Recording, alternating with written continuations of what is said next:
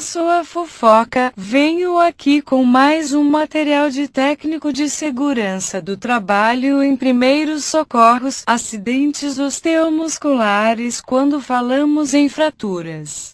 Trata-se do rompimento parcial ou total do segmento ósseo. Há dois tipos de fraturas. A fechada não terá exposição do osso, já a aberta haverá descontinuidade óssea, isto é, ele ficará exposto, pois haverá rompimento do tecido muscular deixando o osso visível. Tipos de fraturas: galho verde, fratura exposta, fratura impactada e fratura cominutiva.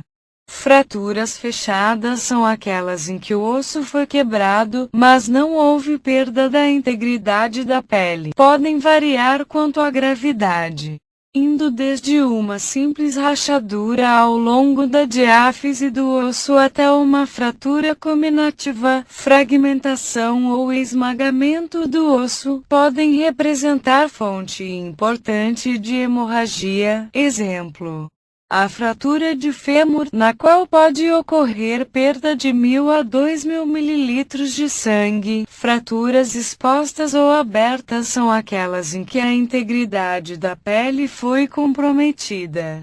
São causadas por extremidades ósseas que perfuram a pele. As complicações incluem hemorragia externa, lesão de músculos, nervos e infecção óssea.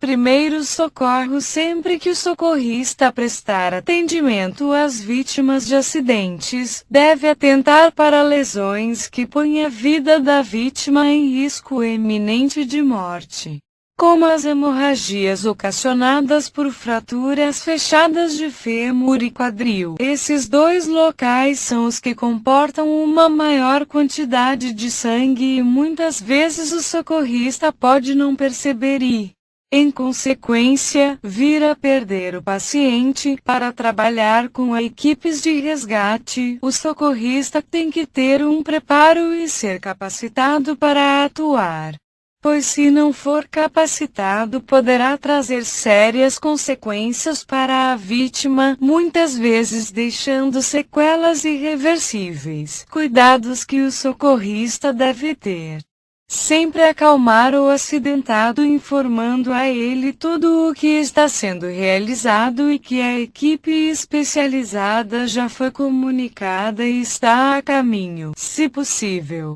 questionar a vítima se tem o número de telefone de algum familiar para que você possa comunicar o ocorrido. Ficar atento aos sinais vitais, sinais e sintomas para prevenir que o quadro evolua para um choque hipovolêmico. Se houver hemorragia externa, realizar compressão no local e realizar curativo compressivo. E só depois fazer a imobilização do membro fraturado. Não deve colocar o osso no lugar, não deve tentar alinhar, nunca reposicionar intencionalmente as extremidades ósseas protusas, evitando qualquer movimento desnecessário em relação à vítima. Sempre que for realizar imobilizações, no geral, deve-se imobilizar acima das articulações e, em caso de fraturas, devem ser feitas abaixo das articulações. Devem-se utilizar talas durante as imobilizações, pois elas proporcionam estabilidade ao membro afetado. Jamais tentar realizar o encaixe dos ossos, pois esse tipo de procedimento somente será realizado por um médico especialista. Quando for realizar qualquer tipo de imobilizações, não forçar, realizar sempre dentro dos limites suportáveis de dor da vítima. Jamais realizar transporte de vítima sem a imobilização ser realizada. Ficar no local junto à vítima até a chegada da equipe médica especializada. Conceito: a luxação é uma lesão em que as extremidades ósseas, as quais formam uma articulação, ficam deslocadas. permanecendo desalinhadas e sem contato entre si. O desencaixe de um osso da articulação pode ser causado por uma pressão intensa que o deixará numa posição anormal, ou, também, por uma violenta contração muscular. Com isso, poderá haver uma ruptura dos ligamentos. Contusões são lesões produzidas por pancadas nos tecidos vivos, geralmente resultam de trauma não penetrante. Ocorrem frequentemente em acidentes e durante a prática de esportes, especialmente no quadríceps e nos gastrocnêmicos. Produzem dano e ruptura parcial de fibras musculares. Comumente a ruptura de capilares com formação de hematoma intramuscular e equimose externamente. Tipos de contusões de acordo com a perda de função após a lesão: leves, moderadas, graves, leves. Mobilidade articular é quase normal. Ocorre sensibilidade local e não existe alteração da marcha. Moderadas, edema e sensibilidade muscular. A mobilidade articular é de 75% ou mais que o normal e a marcha é antálgica. Graves, edema e sensibilidade importantes. A mobilidade articular é menor que 50% e a marcha é claudicante. Sintomatologia: dor local, edema, hematoma ou equimose, hematoma, sangramento localizado onde a pressão do vaso é superior à pressão do tecido, geralmente está relacionado ao trauma sofrido, equimose.